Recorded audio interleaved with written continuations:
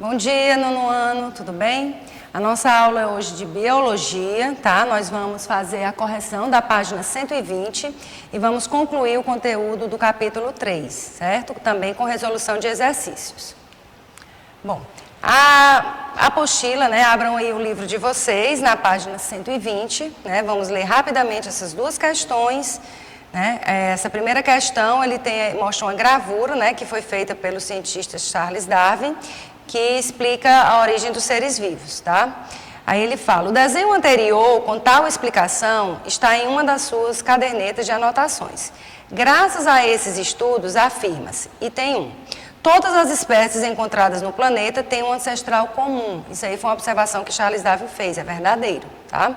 2, uma espécie pode desaparecer se houver fracasso reprodutivo nas populações, ou seja, a reprodução é que faz com que garanta, né, a perpetuação da espécie. Verdadeiro. 3, mutações genéticas podem originar uma nova espécie se transmitida à descendência. Exatamente, ocorre o processo de especiação graças às mutações, que são mudanças no material genético das espécies que ocorrem ocasionalmente, né?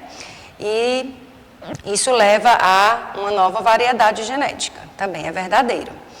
4, mudanças morfológicas adquiridas em resposta a variações ambientais são passadas à geração seguinte. Esse não é o pensamento de Darwin, esse é o pensamento de Lamarck, né? Que diz que as variações ambientais são passadas, né, adquiridas pelo indivíduo e são passadas geneticamente aos descendentes, tá? Então não são passadas porque isso não é um pensamento de Darwin. Okay? Então, a opção correta é a letra D, né? Somente 1, 2 e 3 são verdadeiras. Segunda questão. Superbactéria mata 7 pacientes no hospital de Messejana. Esta manchete foi publicada no dia 13 de maio de 2014 no site eletrônico de um grande portal de notícias do estado do Ceará. Acredita-se que a morte dos pacientes esteja relacionada a bactérias que desenvolveram resistência aos tratamentos convencionais. Sobre esse assunto, é correto afirmar. Então, a resposta seria o item B, né? O uso indiscriminado de antibióticos pela população pode levar ao crescimento de bactérias resistentes a vários antibióticos. Por isso que, de alguns anos para cá, né, é obrigatório você comprar, né, para você comprar um antibiótico, você tem uma receita médica. Por conta que a população estava utilizando de forma indiscriminada. Se tivesse qualquer probleminha, qualquer inflamaçãozinha de garganta, já ia tomar antibiótico. E isso fazendo com que as bactérias mais resistentes, elas ficassem vivas, elas fossem selecionadas, né? E aí, isso no ambiente hospitalar, que a condição, né, de bactérias é muito maior, né, faz com que tenham surgido essas superbactérias, tá? Então, a segunda questão, item B de bola. Vamos lá, agora nós vamos continuar, né, o nosso conteúdo sobre anatomia comparada. Nós vimos na aula passada que existem algumas evidências da evolução, que são o estudo dos fósseis, né, a pesquisa paleontológica e o desenvolvimento embrionário também são parâmetros que são utilizados como provas, né, da evolução. Nós temos hoje, agora, a anatomia comparada. E o que é essa anatomia comparada? Né? Nós temos diferentes espécies de seres vivos que eles têm uma semelhança anatômica muito grande. E isso mesmo em diferentes espécies, tá? Por exemplo, eu coloquei aqui o aparelho circulatório dos vertebrados, né? Peixes, anfíbios, répteis, aves e mamíferos. Há um aumento de complexidade desde os peixes até os mamíferos. Os peixes, eles têm um coração mais simples, né, apenas com 2 cavidades, 2 compartimentos, enquanto que nos mamíferos esse número de cavidades ele aumentou e chegou nos mamíferos e nas aves um coração com 4 cavidades, né, esse aumento de complexidade. Isso indica que eles tiveram um ancestral comum, tá? Essa semelhança estrutural. Agora nós vamos falar sobre 2 conceitos, né, sobre anatomia comparada. Seria a analogia e a homologia. Então, existem estruturas que são chamadas de estruturas análogas. O que é uma estrutura análoga? É aquela que apresenta diferente origem embrionária, mas que tem a mesma função. Então, órgãos ou estruturas análogas, elas não indicam grau de parentesco, ou seja, não são evidências de ancestrais comuns. Nós temos aqui o exemplo, né, das asas de um inseto e das asas de uma ave. Ok? Então, asa de inseto e asa de ave, não pelo fato de ser asa, eles são próximos, evolutivamente falando, né? Eles têm um ancestral comum. Pelo contrário, eles têm a mesma função, a asa, né? Permitir o voo desses animais, porém, não têm a mesma origem embrionária. Os insetos, eles são de um grupo de invertebrados, que são os artrópodes, e as aves são de um grupo que são os cordados, né? Onde estão também os mamíferos, tá? Então, não pelo fato de terem a mesma função, necessariamente vão ter a mesma origem embrionária, tá? Eles são parentes mais distantes. E a homologia, né? O que é homologia? É quando aquela estrutura, né, ou aquele órgão, ele tem a mesma origem embrionária, mas pode ter funções diferentes. A gente tem aqui, ó, mostrando, né, os membros anteriores do homem, do gato, do golfinho e do morcego. Essas estruturas, elas são homólogas. Homólogas por quê? Porque elas têm ainda uma semelhança, embora a função seja diferente, né? A função da asa do morcego é diferente da função do braço humano, né? Mas esses órgãos homólogos indicam que todos esses animais, eles têm um ancestral em comum, um ancestral comum que ao longo da evolução teria dado origem a todos esses grupos diversificados, certo? E eles correspondem a evidências, né, de um ancestral comum. Órgãos vestigiais. O que são órgãos vestigiais? São aqueles que existem ainda hoje, né, que um dia existiram mais desenvolvidos, que hoje eles existem mais atrofiados. Eles indicam que existiam antigamente, que tinham uma função específica, mas que hoje eles praticamente não têm a função. Nós temos aqui o apêndice, isso aqui é o intestino humano, tá, gente?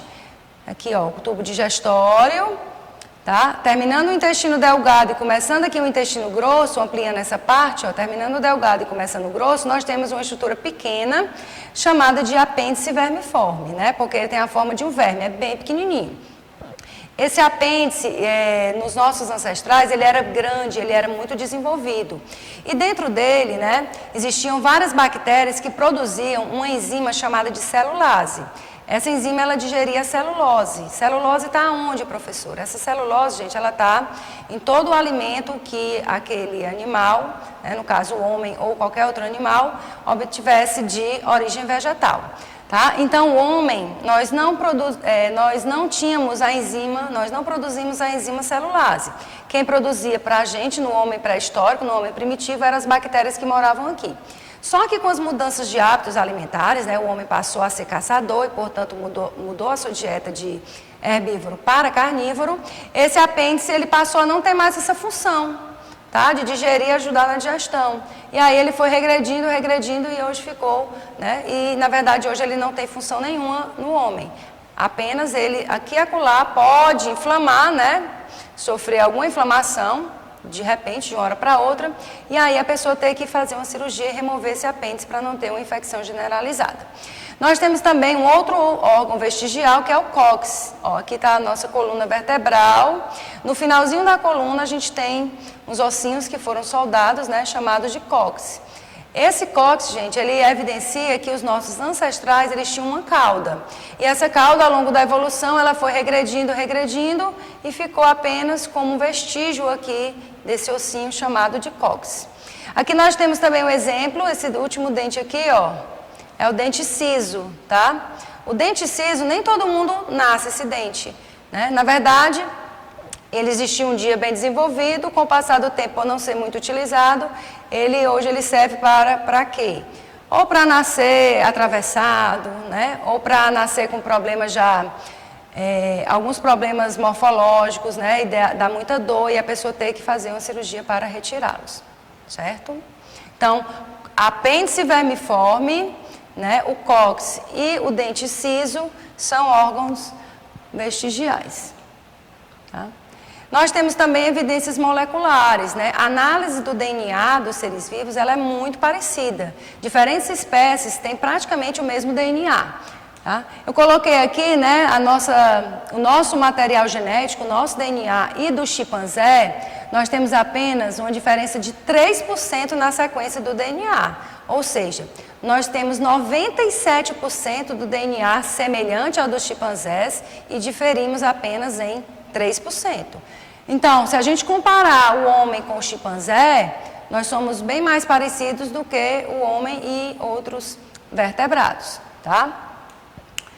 E na sequência de aminoácidos, né, que formam as proteínas desses dois animais, homem e chimpanzé, não existe nenhuma diferença. Então, o grau de parentesco do homem, do ser humano com os chimpanzés é muito grande. Então, a evidência do DNA também comprova, é uma prova, né, da evolução. Agora, nós vamos pegar o nosso livro na página 124 e 125. Tá? Deixa eu pegar aqui. 124 e 125. E vamos responder a essas três questões aqui de atividades, né? Primeira, como os fósseis podem contribuir para a compreensão da teoria evolucionista, né? Eles indicam o parentesco entre os indivíduos pesquisados. Então, o estudo dos fósseis foi o primeiro parâmetro que nós utilizamos como evidência, né? Como uma prova da evolução. 2. O que os estudos de embriologia comparada indicam, né? Analisando o desenvolvimento embrionário, né? Indica que os seres vivos surgiram a partir de um ancestral comum, né? Que o fato foi verificado justamente pela semelhança inicial do desenvolvimento embrionário dos diferentes grupos de animais. Tá?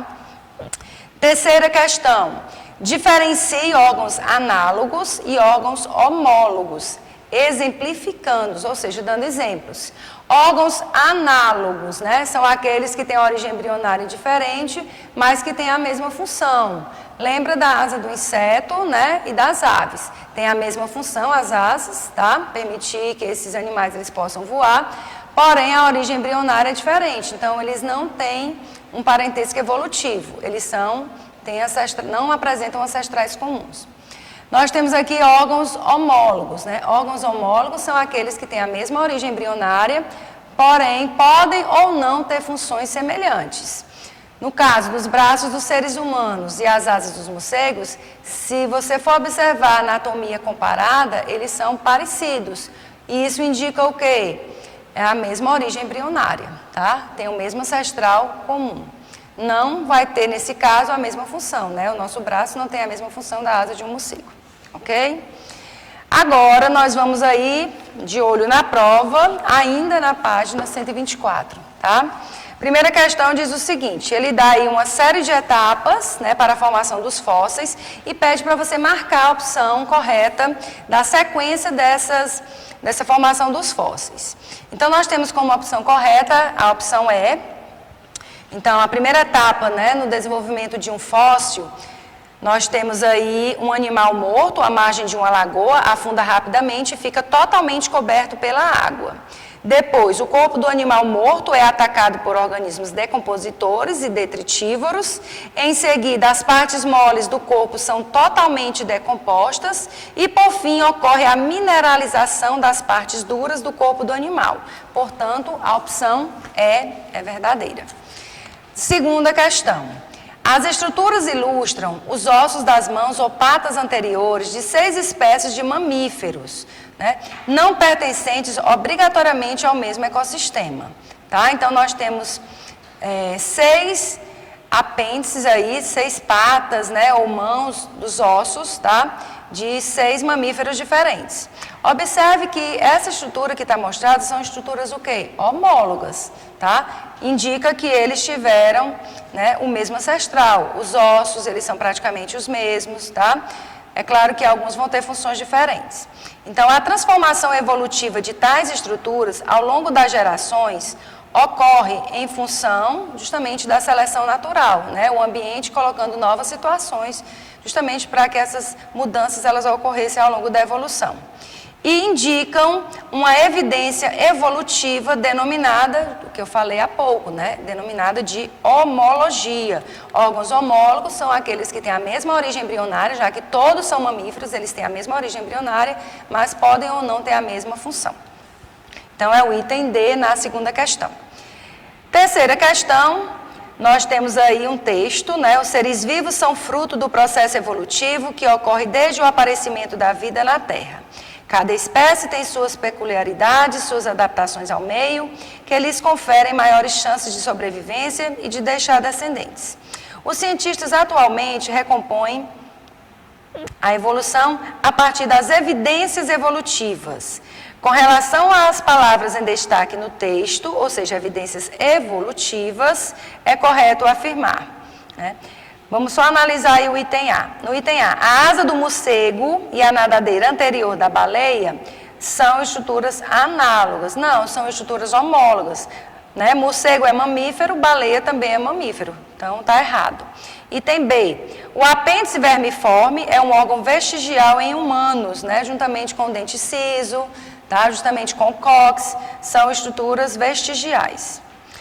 Então, o item correto é o item B. Só justificando aqui por que os outros itens estão incorretos, o item C diz o seguinte: os fósseis são restos de seres vivos ou seus vestígios de épocas recentes. Não, gente, de épocas bem remotas, né? Item D. A asa de insetos e as asas das aves são estruturas homólogas. Não, são estruturas análogas. Insetos são invertebrados do filo Artrópoda e aves são vertebrados do filo Chordata, tá? Não tem o mesmo ancestral. A embriologia comparada determina o grau de parentesco de organismos que possuem ancestrais diferentes, né? A embriologia comparada seria o mesmo ancestral, ou seja, um ancestral comum, tá bom? Então, gente, a terceira questão, né? A opção correta é o item B, tá? Então, a nossa aula de hoje vai ficando por aqui. E na próxima semana a gente tem o nosso encontro, né, de biologia. Então, tchau, tchau e uma boa semana para todos.